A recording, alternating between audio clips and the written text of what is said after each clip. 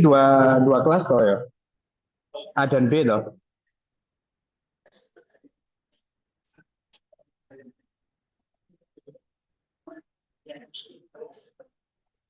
Halo. Ini A Iya, dan B dokter. atau A satu dan B. kelas toh? Oh, A A dan dan B. B, Oke, dokter. oke. Ya.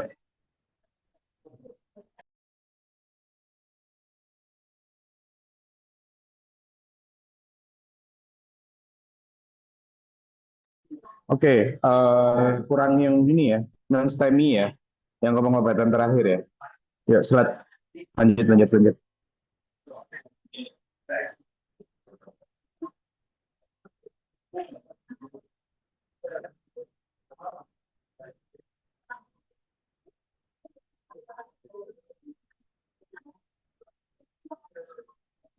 Lanjut, lanjut. Sampai yang pengobatan non STEMI.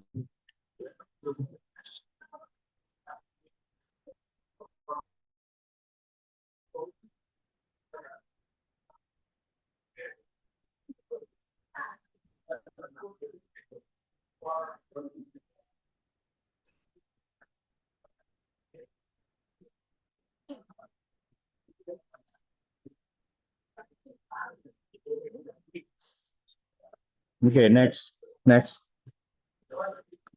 next.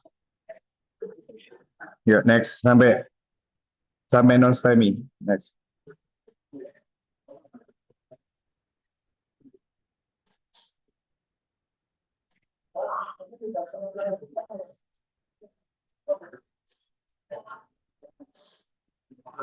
Ya, oke. Ya, sama ini ya, non THCS ya.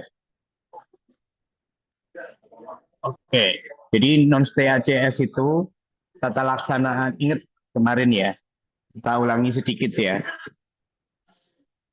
ACS sendiri itu diagnosanya dengan uh, ini, dengan anamnesa ya, dengan anamnesa, terus kemudian yang anemia khas infak itu ya, terus kemudian dari diagnosa ACS sendiri nanti dibagi menjadi dua berdasarkan EKG, non ST elevasi atau kita sebut non ST-ACS nantinya, sama yang STEMI. Nah, nanti ECG non TACS dibagi dua lagi itu, diagnosanya itu berdasarkan cardiac enzim. EKG non TACS itu bisa ST depresi, bisa T inverted, bisa flattening T, ataupun bisa normal ya. Yang penting keluhan anamnesanya jelas. Yang 4 kriteria khas infak itu. Kemudian enzim jantung kalau naik disebut non-STEMI, kalau yang nggak naik disebut unstable angina pectoris. Oke, tata laksana awal semua sama yang ACS itu kemarin itu tirabaring, kasih oksigen jika saturasinya kurang, kemudian apalagi loading dual antiplatelet ya, asalnya 160 sampai 320-an miligram bersama clopidogrel 300 mili, kecuali kalau mau PCI 600 miligram clopidogrel, atau kalau mau PCR, rencana PCR ticagrelol bisa pakai itu 180 miligram. Habis itu setelah itu dosis maintenance semua. Setelah loadingan pakai obat anti nyeri. Anti nyerinya mulai sublingual, spray, terus IV maupun pakai morfin jika diperlukan. Tapi kalau tidak ada Recording kontraindikasi in untuk progress. dua-duanya, ya. Setelah itu masuk ke tata laksana lanjutannya. Nah, ini adalah terapi tata laksana lanjutan dari non-TACS. Ya. Apa itu? Kita harus, ini yang invasifnya, kita harus stratifikasi resiko untuk pasien tersebut. Ini termasuk very high risk ataupun non high risk. Dulu dibagi menjadi 4, very high risk, intermediate sama low risk. Sekarang intermediate-nya sudah tidak ada, digabung ke high risk itu. Oke, itu yang ISC yang terakhir ya. Aku lupa 2023 atau 2021. Tapi yang sebelumnya dibagi 4. Oke, next. Next saja. Ini ada very high risk, sorry. Very high risk sama intermediate risk tadi ya. Oke, ini GRACE score, sertifikasi resiko juga. Nanti GRACE score itu akan melihat apakah 6 bulan post serangan ataupun in hospital mortality itu seberapa persen. Nah, itu dengan GRACE score. Dan GRACE score ini masuk dalam kriteria yang high risk nantinya kalau lebih dari 140. Oke, next. Langsung ke next saja.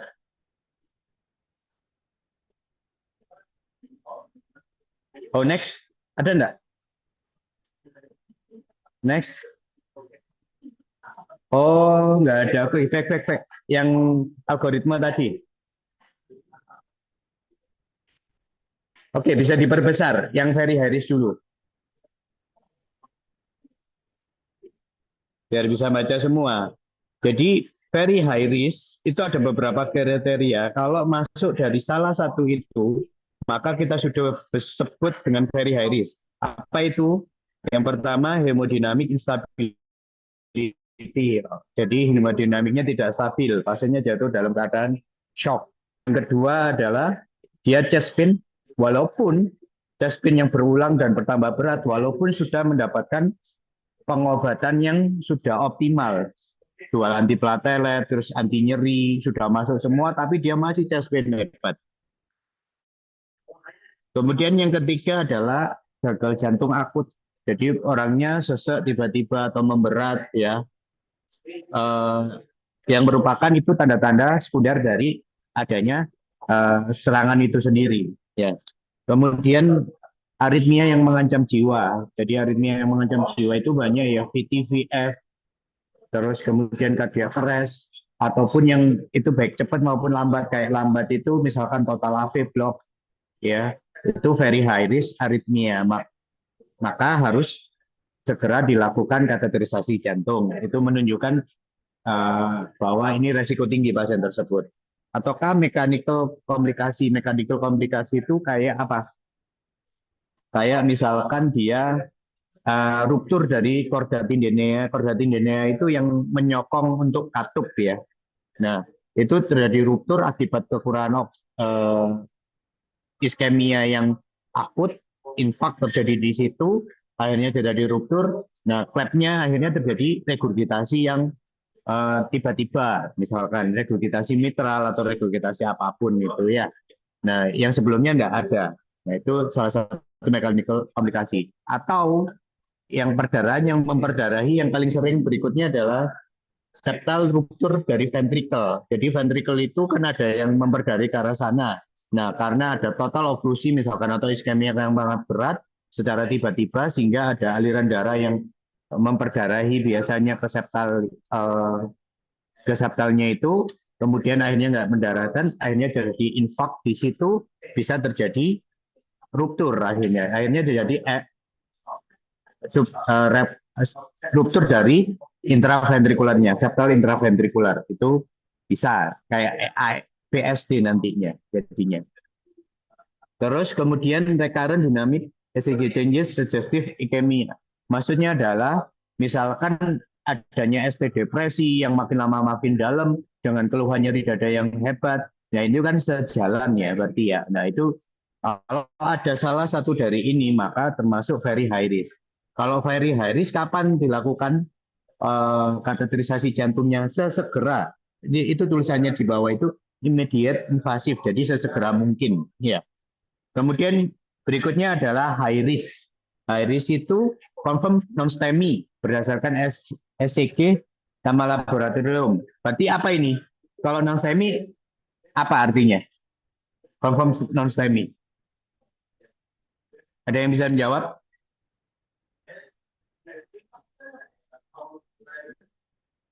Yang dimaksud confirm non-STEMI apa?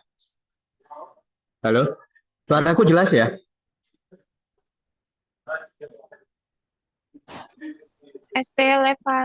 non ST elevasi dan enzim jantung tidak enzim jantungnya meningkat, dokter. Ya, betul. Jadi itu maksudnya confirmed non-STEMI ya. ECG-nya ya yang bukan ST elevasi, ataupun kalau ST elevasi yang nggak persisten ya, kurang dari 20 menit ya, tanpa ada evolusi. Bisa normal, bisa juga ECG inverted atau flattening tadi dengan enzim jantung yang naik. Betul. Atau Grace score-nya yang tadi itu lebih dari 140, atau transient ST segment elevation yang tadi itu ya. Jadi bukan persisten ST elevasi, kurang dari 20 menit sudah turun dia.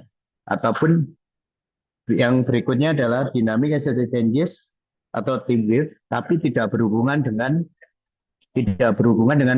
iskemianya. Artinya apa? Dia ST depresinya makin lama makin dalam misalkan, tapi dia tanpa keluhan sebenarnya. Itu bisa masuk dari salah satu high risk. Kalau high risk kapan dikerjakan? Early invasive ya, jadi kurang dari 24 jam. Kriteria yang berikutnya adalah non high risk ya.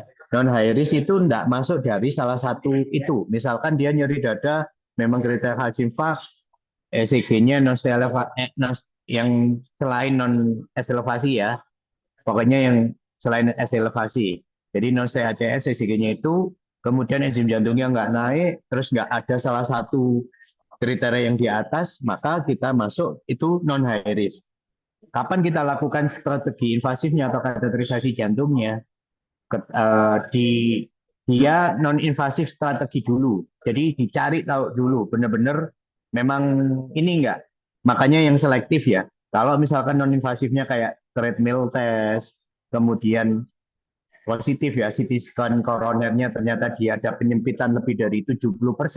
Nah, itu baru yang diperlukan untuk pasien tersebut ke kateterisasi jantung. Tapi kalau nanti hasil non invasifnya ternyata atau treadmill ataupun CT scan koroner ataupun echo stretch test itu negatif, maka nggak perlu. Ya, oke. Next.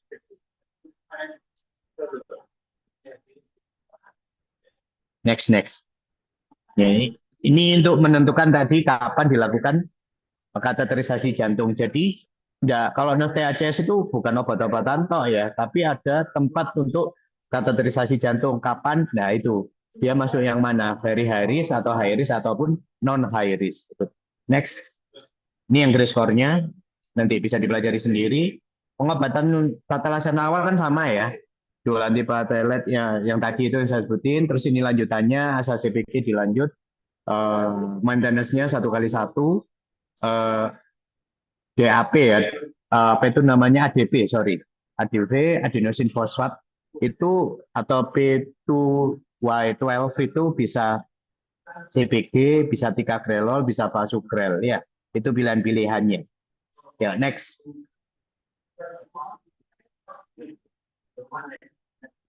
Next. Nah, kemudian dilanjut antikoagulan, statin, terus kemudian kasih ACE inhibitor jika memang ke arah hipertensi ataupun ke arah gagal jantung, kayak gitu. Itu sama dengan pengobatan STEMI juga. Nah, kita mengacu ini pengobatan jangka panjang untuk ACS. Jadi semua pasien ACS, baik itu STEMI, non STEMI maupun UAP,